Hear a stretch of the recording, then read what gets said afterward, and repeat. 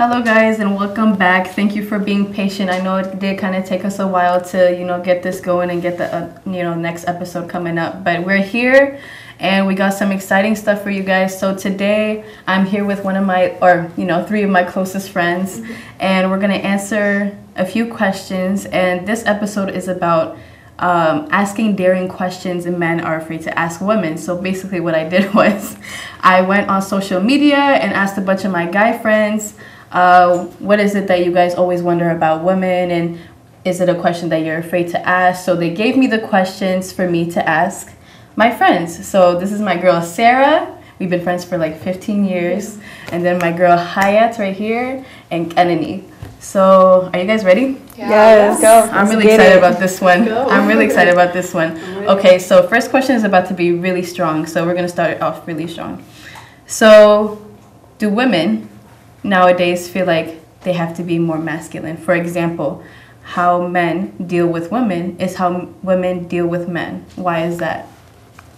I feel like now in like the 21st century, like the whole globalization movement and everybody's just becoming more westernized and modernized, the roles that were there before when it comes to like relationships and dating, like the man has to chase the woman or the man has to initiate things, like the manly roles nowadays I don't think are being like pushed on the women and men, so I don't think anybody's like following that. And yeah, I think people are misconstruing the fact that there are no like separate gender roles that are very clearly defined into saying that women are becoming like men now. They're like the ones that are shooting their shot. Yeah. It's not that, it's just like that's the way the world is going. Like we're all advancing, I feel like, and it's just things are just becoming more equal for everybody. Yeah. Equal opportunity to like, hit up anybody and talk to anybody you want. I feel like this generation is like trying to focus more on like equality. So we're trying to act like them in a way. Yeah. And it kind of scares them. Like, I don't know, my viewpoint is kind of different because I feel like, especially coming from a Habesha background, like we're just always taught that male is superior. Even American, like in American society, male is always superior. We live in a patriarchy where it's like the way a man or a boy acts and thinks is always better than how women act and think. Yeah. So I feel like, the older we get, we realize like, okay, being a female isn't as respected in society. So we try really hard to mirror the way guys act and think. So it's like, if a guy is treating me one way, I'm going to do the same thing right back kind of thing, So that's why I feel like a lot of people see that as, okay, women being more masculine, but in reality, we're just mirroring the same thing that we're receiving from the guys, in my opinion. Okay. Yeah, especially like in our Habesha culture, like we have a saying, like if a girl does something good, does something great, it says, like everybody says, "Anchiko wandinesh," like wandinesh upon. Why are we making those comparisons when it's not like that? Like how is it that being a boy is like more favorable upon just saying like "Anchiko toru saytnesh, kunjo saytnesh," like I don't know, like like building up the woman for her femininity instead of comparing her to like a masculine side, because that kind of just trains us to think that one dinesh mabalat toru nagar, no, so like why are we trying to push the feminine side when which in return causes us to want to be more like a wand. Exactly. And it's like if it's more favored. I agree with that. I feel like also like there's a difference with being more masculine compared to like being more independent. I feel like that can cause conflict too. I feel like things are now labeled as, oh, like what she's doing right there, that's like very masculine. When she's just being independent. So I think that can cause some conflict there too, but I don't think that people like, women go out there with the intent of I'm going to do this to like, because that's a masculine thing to do. If anything, they're their own person, they're independent. So I think they're being more independent because they've been so constricted for so many years. So yeah. Okay, so the next question that a friend gave me is, do women fall in love with potential more than reality? If so, why? I think that, I think that like throughout life, like growing up, we've always just been taught to like we've been taught to expect something, to have like potential and stuff like that, and to look forward to the potential that a man can give you, like a stability, whatever it is, like that marriage, stability, the family, like you're always just looking towards the potential. I don't think they like taught us how to like choose from like people that are good for us, like us as women, like we're not taught to have like options and pick what's best for us. So it's like we're always just looking for potential in men, because obviously sometimes when we're like young, especially looking for like a significant other, or if we're like attracted to someone of an opposite gender, we are not like at a place in life where like we're all either financially or socially, whatever, like independent or anything like that. We're not completely grown. So we have to just look at the potential that could possibly be, instead of looking at what it is right now, because we're just seeing like the growth that people can go through and like be at a better place. So I think culturally we're taught to look for potential. So we are looking for potential most of the time. But I think now, like, I'm hoping that people are teaching their kids to like pick what's best for them, instead of just looking for the future potential, because you never know. Potential is just potential. It hasn't happened yet. Yeah. To add to that, I feel like potential just can't sit there. Like you need move. You need kinetic. Exactly. You need to move. Yeah, I think need more than potential. Yeah. You want some movement. You want some action there as well. Like my perspective on it, I think is more biological. Like as women and as females, we are naturally more caring and nurturing, and we see the good in most things, especially if we're attracted to something, especially if we like someone. It's like, okay, I can look at this and I can work with it, and hopefully it'll grow into something bigger and better. Unfortunately, that's not the case all the time. So it's like we always get the short end of the stick in that situation, because it's like you can't just see something and expect it to grow when you don't know what the outcome is going to be. Like Anani and Sarah said, at the end of the day, potential is just potential. That's all you're getting. You're not getting any factual evidence. You're not getting any of the feedback right away. So it's like don't go into anything expecting something. That's like the most important thing. But yeah, it does make it's easier for women to fall in love with potential, because we want to grow with that person. We want to definitely do facilitate that growth. You know? And my thing is, so when this person asked me this question, he was like, she falls in love with the potential, and then when things get iffy, she like runs away. For me, I feel like if we see potential in you, we like you, and we're going to stick around with you. You know what I mean? Like, potential is important. When we see that, we continue to pursue you. You know what I mean? Yeah, so when your guy Fred said, when things got iffy, did he mean like, did she not see potential in him anymore? She sees the potential. Okay. But then when she saw like behind the scenes how his lifestyle is like, she's like, wait a minute. Like, not for me anymore. Like, I think that is natural, and that is a proper thing to expect, though. Like if you have expectations for someone, because you also have expectations for yourself, like you're trying to grow as a person, as well as like if you're in a relationship, you're trying to grow as a person for your significant other. You're trying to be a better person. But every year you want to grow. And for personal life, like your personal life too, you want to grow. So like when you are with somebody and you guys are going in a certain direction, you are growing and he's remaining stagnant, of course you're going to want to stop, since there's no potential anymore that you saw before. I mean, I feel like it's not just women that do that. Everybody does that. Everybody does that. It's a natural human response. It goes both ways. We have expectations, and when we see that those expectations are not going to be met because of the actions and what they are doing, then of course it's natural for us not to be with them anymore. So I think that question is like, I don't know, it's a question. I don't think it was asked properly. For sure. But I want to add on to that as well. I think from the culture we're from, a lot of times the examples that we've seen with our parents, with our uncles, with our aunts, is that, okay, you stick through it no matter what. At the end of the day, you've committed yourself to that person. You have a family with that person. No matter what happens, the commitment's already there. You stick. With our generation, it's, I think, completely different, which is probably like your friend was asking. They disappear as they should disappear. You know, the moment you're not receiving that reciprocation back, it's like, why are you still trying? When we're not our parents, we're not going to stick with you just because we're married, or you know what I mean? Like, it's a give and take. In my opinion. I still think it's important. Hold on. We gotta take a break, right?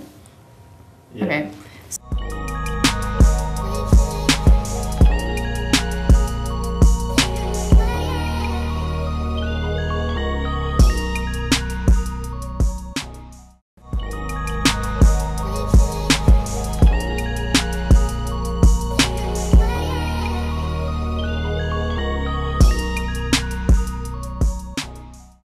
so we're back with more questions with Hayat, Sarah, and Kennedy. And first of all, I want to make a disclaimer, and I forgot to mention this. Don't get offended by anything we say. Please don't take it seriously, because let me tell you, this is our opinions. Yes. Like, everybody's opinions can be different. You can comment down below and say what you want to say. Different experiences as well. Don't take this as a personal thing, please. Don't take this seriously. So this is just from our life experience. Yeah, this is our experience for sure. And we're young. We make mistakes. Yeah. We are young. We don't know what we're talking about. The oldest is 21. 2019. Like, please. Okay, so what question were we at? Okay, so this is a goofy question. A very goofy question. Why is it that females want the guy to make the first move? This is honestly so easy. Like culture and just in general, it's like we don't want to have to do the chasing, you know? Like, I want to be able to get chased and have that excitement. But honestly, like, I don't think I would mind chasing. I don't think I'd ever do it, but I wouldn't mind it just because, like, we're 21st century women. Why can't we do the same thing that I mean, do you think it's a prideful thing? I'm very prideful. Yeah. I refuse to hit somebody up first. It's like, okay, I feel like with me, I have to sense that, like, I don't know, I always feel like I do sense that, and I'm always accurate about it, because I do shoot my shot. I don't care. You guys know. Okay. I shoot my shot if I want to. Like, if that's what I'm feeling, I will do it. But that's because, I mean, I don't really see any stakes behind it. Yeah, you have a question. Yes. Do you make those shots? Every single time. I never miss. She never miss. Okay. Never miss. Okay. No, but it's just like also the fact that it is culturally brought upon us. Like, it's not even just the fact that we're Ethiopian. Everywhere, even here in America, like, it is. People say it's you get told you're the prize, but it's not. It's really because we're very prideful women. Apparently, I feel like every woman, it's like you're the prize. You're the prize. You don't have to do no chasing. You know what I mean? We're always taught like, okay, you sit down, look pretty, let the guys come to you. There is like chasing, and I feel like there's also showing interest. Because I'm like, once I show interest, and if I get that reciprocated, all right, I shoot my shot. What's the difference? That's how I see it. What's the difference? How can you show? If you're chasing, if you're not getting anything back, and you're trying again. You try once and that's it. Period. If it doesn't go the way it goes, exactly. That's you do it once, and if it works, it works. If it don't, you move on. You move on. There's nothing to like think deep about it. And that's a big difference, I think, with like women and men too. Like, men are very consistent. I'm not gonna lie. They don't give up. They're persistent. If they want you, they want you. We love it though. Like, for us though, if we don't make that first shot, you'll never hear from me ever again. Because like it low-key kind of feels embarrassing. You gotta get rid of it. You gotta get rid of that thought. I don't know. Come on, Mama Kanu. I want to just get rid of the thought that it's embarrassing, because it's like it's only embarrassing if you care. Just don't care. That right there. At the end of the day, it is embarrassing, but like, what are you embarrassed about? Because like, you know, I talk to my friends and stuff. I tell my friends all these things, and like, they're not judging me. They're not doing anything to make me feel insecure.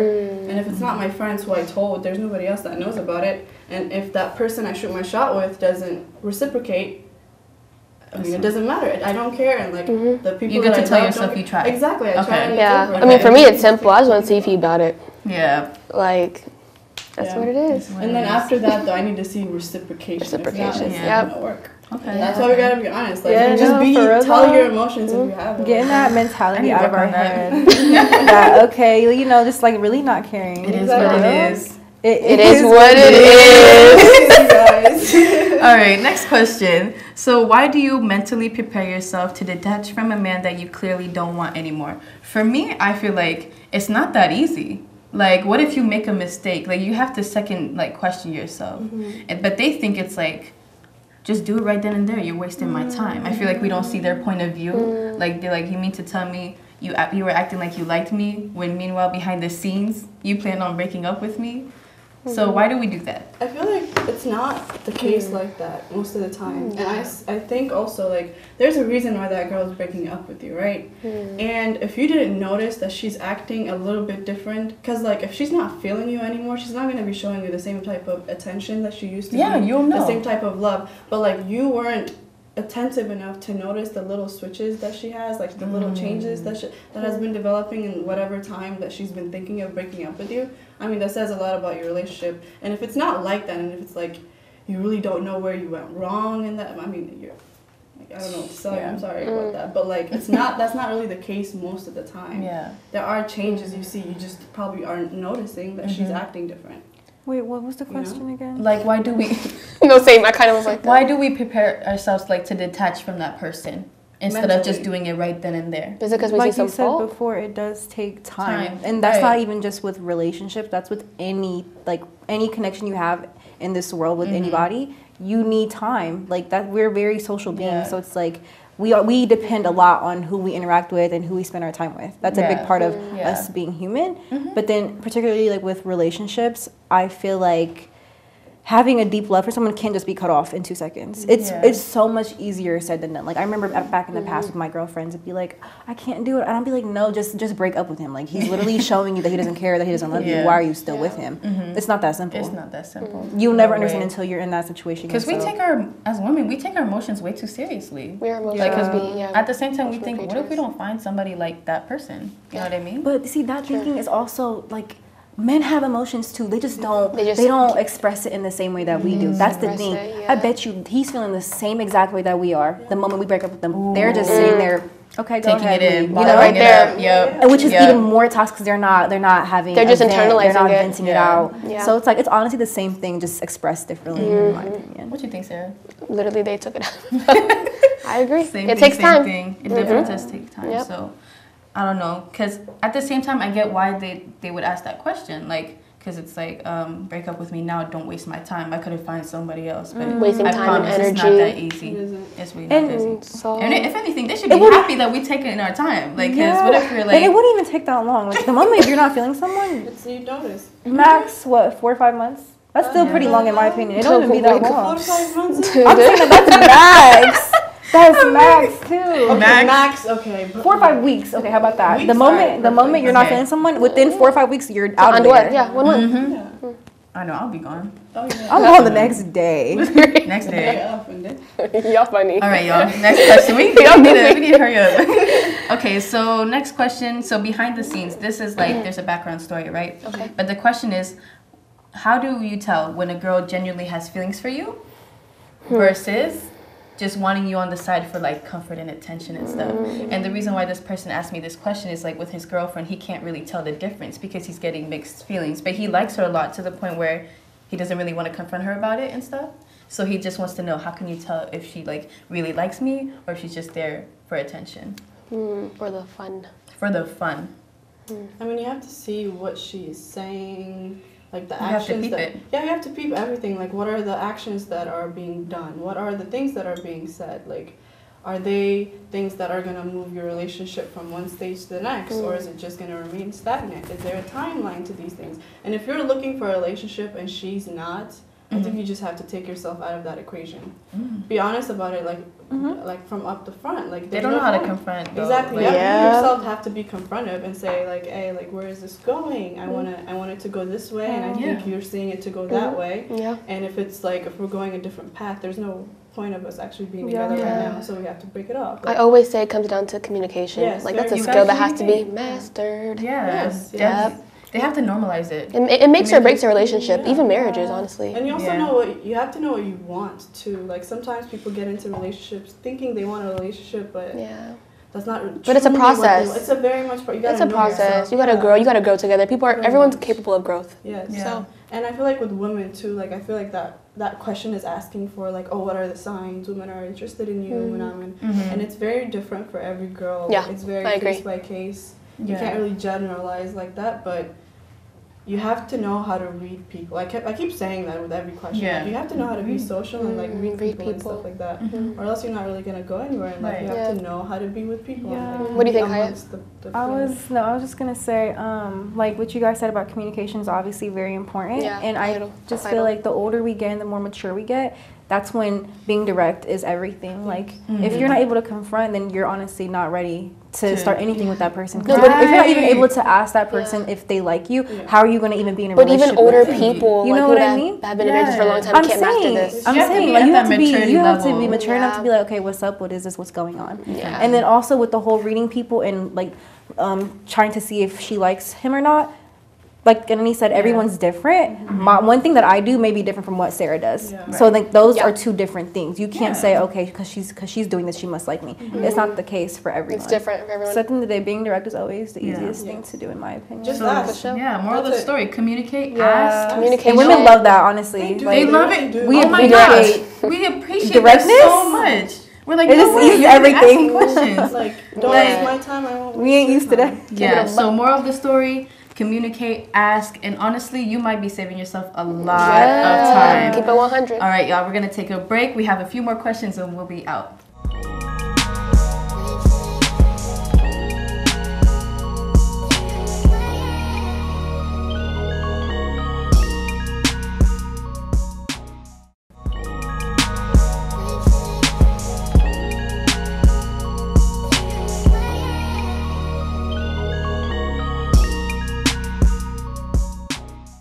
All right, so we're back for more questions for you guys, and these are going to be a little bit deep, but they're going to be something that, we definitely have to talk about. So what attributes do you look for when searching for a significant other? I'll take that one. You're going to take that one? I'll take it. What attributes? I feel like for me personally, I want my future husband, partner, to obviously be a spiritual man, a man of God. That's really important to me. I also want him to honestly just I don't know, I feel like service to others is really important to me. I feel like that was just basically what I grew up, I think it's actually all of us. We've always been, our families, our neighbors, just how we go about our days is just really just like, what's up, like all together, just going, drinking bunna at each other's house. We're very family oriented. Exactly. So someone who's also family oriented, service to others, just giving, loving, honest. Communication, just has to know how to communicate. But those are communication is definitely key for me. And honesty. I mean, with those two, I feel like you really can't go anywhere. That's what it is for me. For me, I agree with everything Sarah said. Those are all very, very important to me. I also require my significant other to be flexible in the way that he wants to pursue his happiness. Because all of us, we're all seeking out happiness. That's what we're living for, right? We're seeking out, we're trying to be as happy as we can be and try to provide a life that can, lead to good things, good outcomes. And I feel like a lot of people are stuck in their ways on how it is that they're going to achieve that happiness. And me as a person, I'm not like that. So I want to have my person also match that energy. I want him to be all right, if something doesn't work that we've been planning for so long, we need to find a different way to make something else work in order for us to be happy or something, to find joy in certain things that we do and stuff like that. So I need that flexibility also from my significant other, and I need that kindness. I need to know that person, if I'm not around them, is going to be the kindest, nicest person as well. To those around them. To those around them. To they can't act different just towards you. Exactly. I don't I know there are some girls that say, oh, I like guys that are nice to me and mean to everybody. No, that is not how it is. Be respectful to others. Respectful for everybody. He has to have respect for human life and everything. And for himself. For himself as well. And loving, family oriented. That's very important. Yes. As Habashas, come on. We have 100 people that are our cousins everywhere. Cousins. So that's very, very important. What about you, Hayat? When I think of what I want in a significant other in terms of attributes, I think of trust, honesty, spiritual, and in terms of spirituality, I'm willing to be able to grow. Of course, everyone wants a spiritual, God-fearing man. I want that, but at the end of the day, that's a journey. That's a lifelong journey that I'm willing to take with another person, as long as we are in the similar headspace. And then also, like Annie had said, someone who just lives life with an open mind in general, not so fixated on the small things and that stresses you out. That stresses people out. When someone wants everything to be so perfect, it's that's just not how life is. It's not realistic. Someone who's realistic. Oh my gosh, yes, realistic, and they're able to just take anything on with no anxiety. Just go through life whatever happens. If we grow, we grow. If we don't, we're gonna find a way to grow. But you want to grow together. It's a teamwork thing. It's definitely a teamwork thing. Oh, and also, I know. Some people might not agree with this, but I need to be attracted to that person. Oh, of so course. looks matters, you guys. People say it personality. Come on. Because at the end of the day, unless you're looking in towards like your friend group, whatever, trying to find like a significant other, you're meeting random people, like strangers, and then you're gonna be. I mean, that's square one. Exactly. Being attracted to it, that's square one. Yeah, you're not going to see his personality out front. You see the looks, you see how the person looks physically. And if that person, it's not even just the fact that he has to look pretty, attractive, he has to have like a nice body. He has to be able to take care of himself. That's so important to me. Like, I take care of myself, I take care of my health, I take care of my body physically in order to look good and feel good, and I need him to do that as well. Because I can't be like looking bad all the time with like a bummy boyfriend. I can't do that, you know. He has like, to get on your level. Exactly. Get on this level. You need to be on the same level when it comes to like cleanliness and like taking care of yourself. That's what it is. It's not even all about how they look. It's about how they take care of themselves. Yeah. That look hygiene is key for me. I think that's the wonderful. Scratch everything else. I can smell something by the way. My family's watching this like, oh man, like she's that knows be working. All right, let's stop. Okay, let's stop. This is supposed to be serious. Anyways, all right. Next question. Next question. How important is self-love to you? And is that something that you're looking for in a partner, and why? Yeah. Give it to me. Yeah.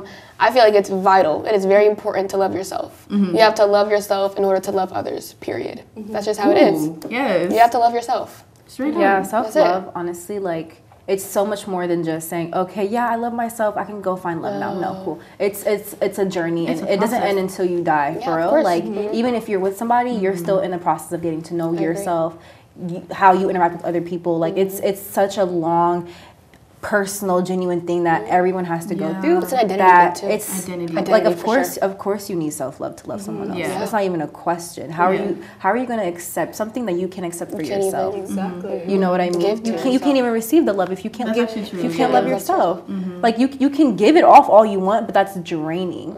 Imagine always giving and not even receiving, and it's not even their fault. It's your fault. You're gonna start moving sad. It's your fault. You're gonna be depressed. You can't even fulfill or have like a healthy relationship, a healthy life in that way. You're gonna run So it's like, it's everything, honestly. I feel like nowadays women really depend on men to make them feel good about themselves, and that's very toxic. That is so toxic. Like, say that again. Please don't do that.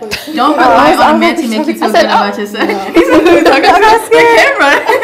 But no, like, please don't rely on yourself, because girls are taught to just seek validation from guys all throughout our life. It's like, oh, does he like you? We judge a girl's worth based off how many guys she can get, how good she looks, or how well she is with interacting with try guys. to move the way she does but then, it.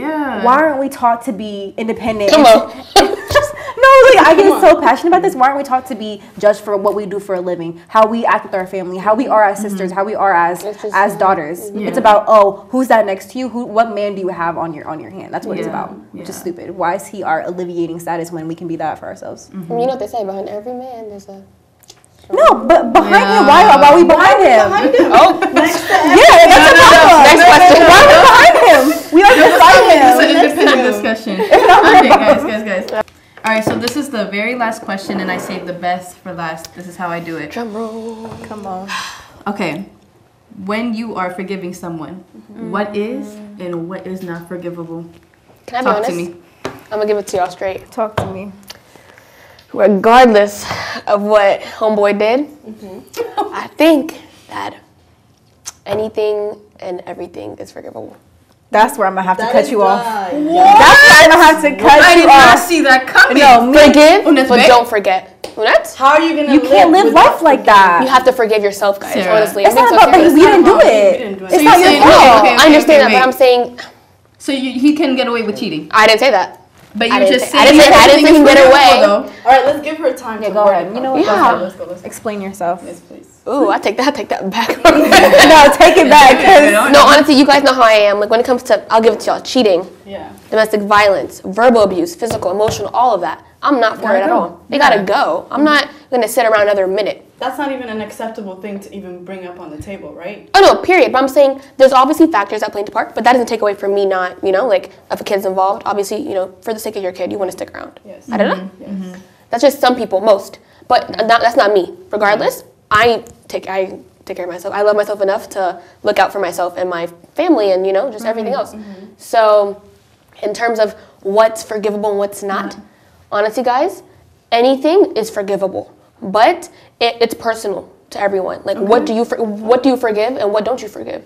But anything is forgivable, honestly. And you have to love yourself enough to honestly know your worth as a woman. You know what I mean? Yeah. And not to get all spiritual, for me, it's more like, you know, like, if Christ can forgive me and my sins and everything like that, like, who am I to not forgive others? Who am I? I need forgiveness daily. Yeah. I'm not perfect. I'm a sinner. We all sin daily. Because Who at the am I? end of the day, you're gonna still hold that grudge, and it's not. It's hurting you. I want to live free. I don't want to just live, Forgive you know, and but forget. that's See, like, like if you say it like that, Sarah, I understand. Your that's point. how I mean. That's how I mean it. Yeah, like I'll give anything, you know, For my God, for yes. for la lahbiyat, like Yep. that's for him, for yourself, for your family, whatever. But when it comes to relationships and what you're willing to deal with, I feel like there's not many factors, but there's a couple factors that it's like, okay, that's I can't take you back. I can forgive you for my sake, for your sake, for No, but God's does it sake. make sense what I'm It makes now sense. saying? It makes sense now. Like, that's what I mean. It makes sense, and it is a very like case by case situation because it's like what you can handle, maybe something I can't handle, and Exactly. vice versa. But for me, the moment any sort of infidelity is involved, Of course. the moment any sort of domestic or emotional abuse is involved, it's like at that point. There's no like you've cut because that's already discussed before the relationship. We already talked about it. That's a boundary you can never pass. The moment you pass it, the matrimony's over, baka. Right. Like there's no going back from that. You did it. You knew what you were putting on the line the moment you did that, and you chose to still do it, baka. I agree. Simple as that. So it's like cheating in the midst. Yeah, I can't go for it. Literally everything else is so forgivable. We are in a commitment for a reason. Like I committed to you. I am willing to work on anything else in life. It's a promise before God, honestly, you know? You just got to work it out. Yeah. But then those two things, it's like I can't. That's what I meant, so I yeah. think cheating and domestic violence when it comes to actual physical, even like verbal abuse, because I feel like with verbal abuse, it's hard to discriminate this is one way of abuse, another way of abuse. There's so much spectrum on that, and like you have to know yourself what it is that you're willing to deal with and how you can fix that. But I'm talking physical and cheating. Those two things, sometimes I hear people like, man, it's like they have urges, and they can't control themselves. We have this humongous brain that can go up into space, that can figure out all these things, that can cure diseases, and you're telling me that you can't control a single urge to not do something that will hurt someone that you are saying that you love. Like, it's such a very, very simple thing that even when it comes to biology, it is it's not it. I don't think that's not a validating reason as to why people cheat or as to why people hit other people. Or they can't control themselves. No, you better. Like, you're a human being. We have brains. You can handle yourself. Especially if you say you love someone. Exactly. We have this someone you consciousness love. to make Never made sense to me. every day. And we have I'm to- not your for daughter. me- I'm not your little but for child. me- I'm your Exactly. wife. You have to change for yourself. Don't do it for me.